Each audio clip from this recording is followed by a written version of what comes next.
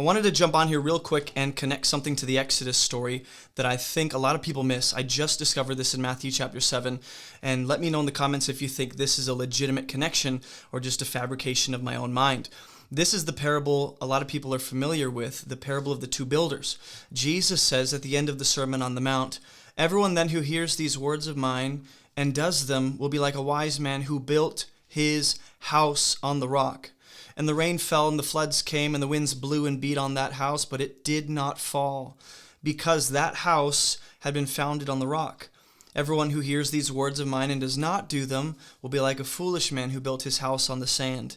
And the rain fell, and the floods came, and the winds blew and beat against that house, and it fell, and great was the fall of it." Now I want to take you to Exodus chapter 12, where we have the final plague against Egypt, which is the death of the firstborn.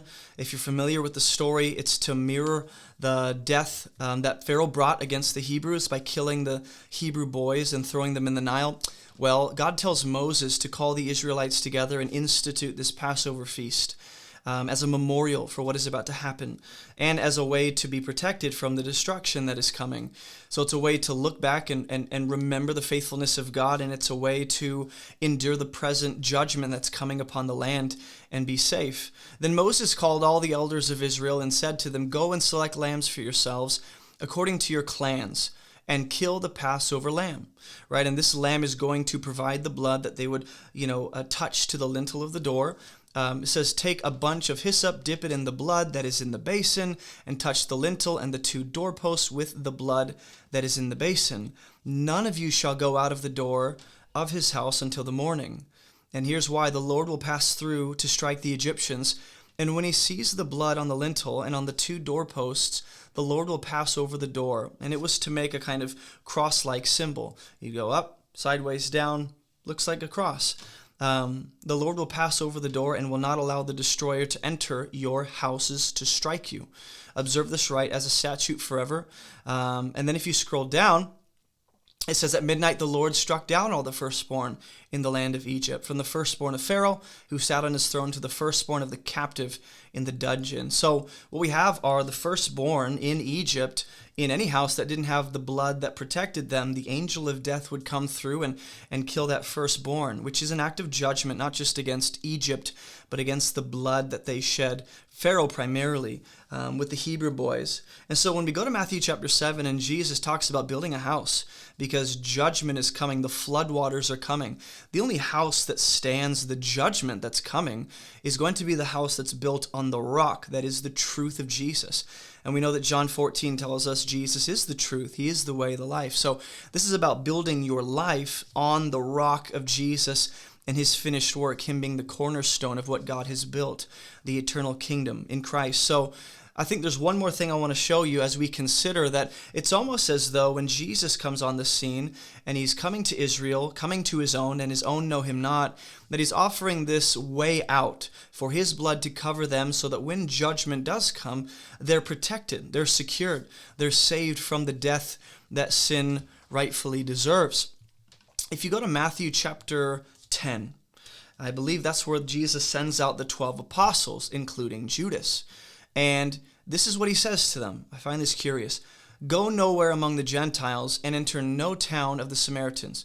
Rather, go to the lost sheep of the house of Israel." Okay?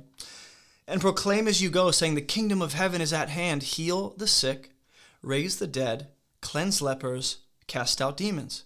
You received without paying and give without pay." He gives instructions. "Whatever town or village you enter, find out who is worthy in it," which is going to be an individual household, "and stay there until you depart. Now, as you enter that house," which is reminiscent of the Passover and them having the blood that covers the door so the angel of death does not come in, now the disciples are being sent with the terms of peace. Jesus, the traveling preacher, is going through these towns and villages to really bring the news of the kingdom. And the disciples are preparing the crowds and the peoples in these villages for the arrival, just like John the Baptist does. "As you enter the house, greet it, and if the house is worthy, let your peace come upon it. If it is not, let your peace return to you," which is an act of judgment. "If anyone will not receive you or listen to your words, shake off the dust from your feet when you leave that house or town. Now watch how Jesus, what he says about this. Truly I say to you, it will be more bearable on the day of judgment for the land of Sodom and Gomorrah than for that specific town or individual household that rejected the terms of peace that came through the disciples as messengers of the coming king, which is very reminiscent again of the Passover, where Israel is protected. Every house that has the blood, they're protected from the angel of death. Destruction is coming. Matthew 7, build your house on the rock. That's the only way to be protected from the coming judgment, is by the blood of Jesus that atones for sin and grants you peace with God. And then in Matthew 10, we see that idea kind of reiterated. The disciples are bringing peace. The assumption is peace. If the household or the village rejects that peace, you take it back, shake the dust off your feet, and move on as an act of judgment. And it's going to be worse for that town that rejected the Messiah in their midst than for Sodom and Gomorrah and the judgment that comes upon them. And I'm going to end here by saying, go to Matthew chapter 12 in your own study. Sometimes I just like to show you what the Lord is teaching me and then leave you in your own studies to go and search these things out. But Jesus will talk about entering a strong man's house in the context of the unforgivable sin. He'll talk about a kingdom being divided.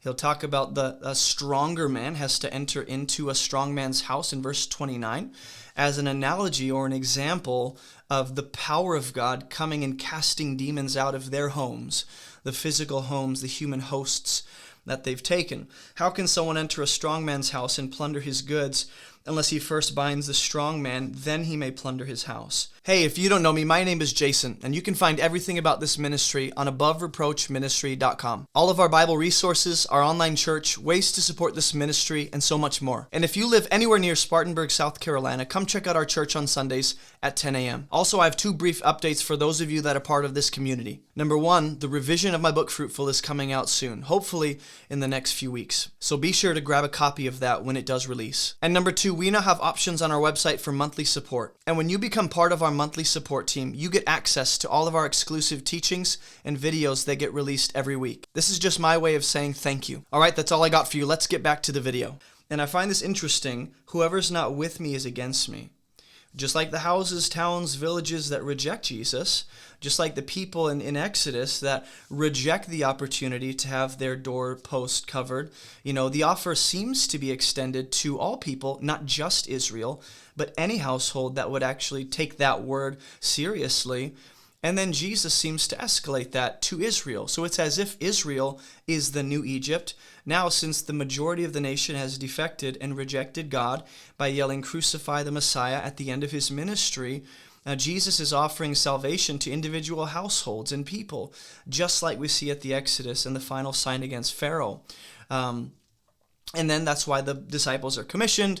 And I think Matthew 12 is actually speaking to that, whether it's the house being the temple in Jerusalem or the house of Israel nationally, or every individual house within the nation of Israel that rejects the Messiah. Either way, I would highly recommend you go and study these things out. I hope this was helpful.